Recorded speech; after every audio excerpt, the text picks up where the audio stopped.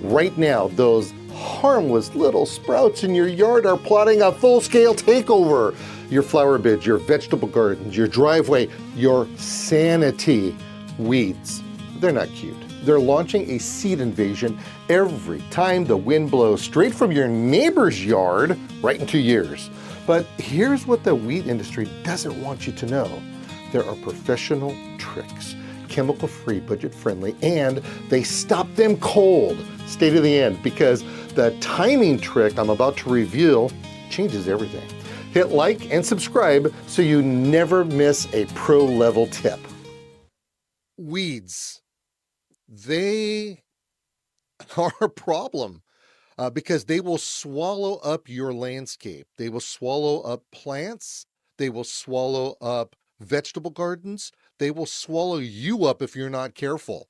I mean, have you ever walked through a meadow of weeds and you get all those little pokies stuck in your socks and you get them in your pants and it I think, yeah, that's a real deal over there.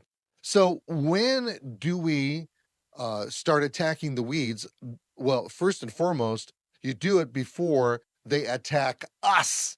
That's what we do. Before they attack us, we attack the weeds. Now, in the most opportune times, we want to get them when they're, probably no more than an inch or a half inch tall.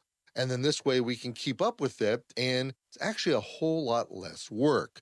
Now, of course, at this particular moment, I'm talking about mechanical ways of getting them done. You would surgically install a hinge on your back, you bend over and you pull them, or maybe you have some type of a weeding device like a hoe, for instance, or a shovel or a hula hoe, and you could take and you could shuffle it back and forth and knock down the weeds. That's always a great way of keeping your planter beds weed free.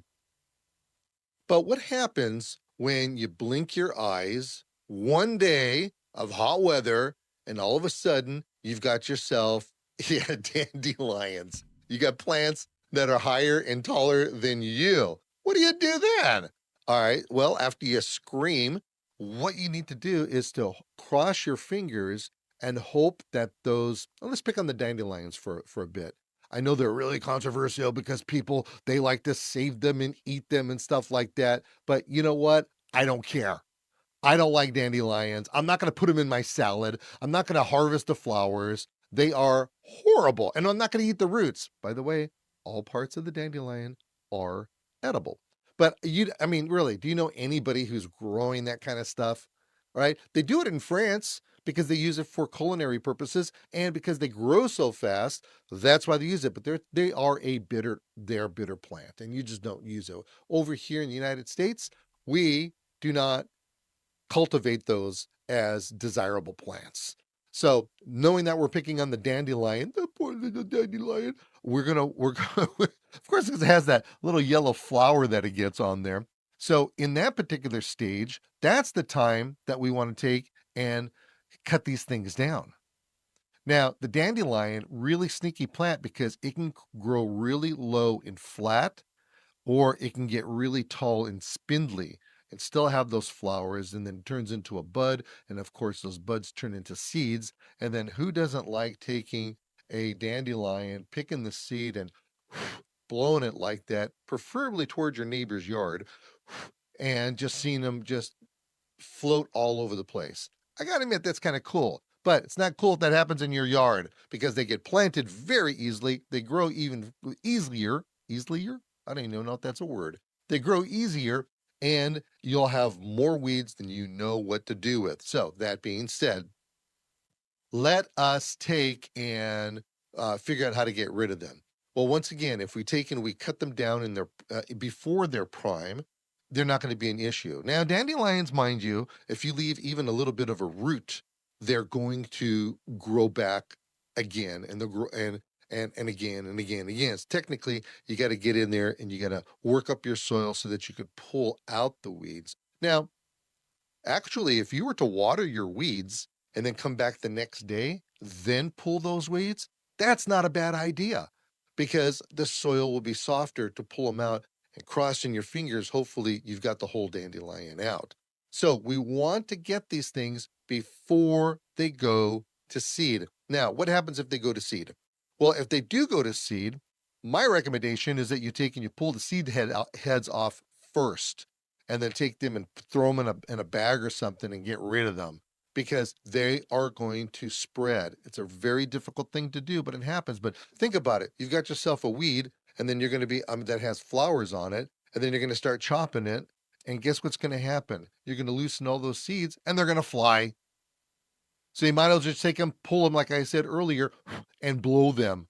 That's probably the best way to do that. Anyway, so you want to pull those flowers off, those heads off, and then that actually will give you time, if the soil is maybe too wet to work in or not wet enough, it's not moist enough. Then if you at least pull the heads off, and you do it in a very genteel fashion, then what will happen is that those will it'll slow them down. They're still going to grow. Don't look at I don't care how many flower seed heads you pull off. They're still going to grow. All right, now you got that extra day or two to figure your plan of action. You can pull them and you can chop them out. Now you can also burn them. Now there's two different ways of burning them. You can use vinegar. You have to use a vinegar sprayer, because if you don't use a special vinegar sprayer, it's not going to work. And make sure you use agricultural vinegar. And then what you're going to do, you'll spray the weeds, and that will burn them from the top. And then it does help acidify the soil a little bit, because it's a vinegar. It's an acid. It's what it is. And it burns it, albeit it is organic. So, but use agricultural vinegar for that. Or if you had a propane weed killer, a weed burner, that's another way to do it. You could take them, and with the propane, it's really kind of cool. If you have the seed on there, you can burn those seed heads off. And then, of course, we know that we're not burning the weed all the way down to the ground. We're just burning it so that the outer coating of that weed kind of burns off. And you'll see it, and you're going over it really quick with this torch, and you're going to see it actually kind of like burn off, because there's a waxy coating on the top. So when you remove that waxy coating, by the way, that's what the vinegar does. It removes that waxy coating, penetrates through, then it exposes itself to the sun, and when the sun sees it, beats down on it. Bye weeds. That is the way you can kill your weeds off. So there's a lot of other ways of doing it. If you wanted to use the chemical way, you can use chemicals. Of course, not a lot of people are too keen on glyphosates, but that definitely does work. Translocates through the weeds and into the what do you call it? Oh, help me out over here. Into the root of the plant, goes into the root of the plant, translocates, and then on some seeds that have weed seeds, it'll kill them off.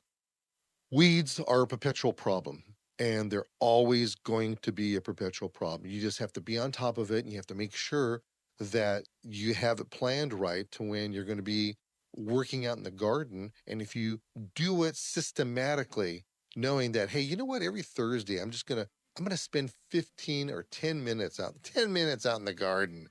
And then you could do this kind of stuff, whether it's a flower bed, whether it's a planter bed, or whether it is actually a vegetable garden, or even the weeds that are growing in the cracks of your sidewalk or driveway. Just take and nail those bad boys, and they will be gone.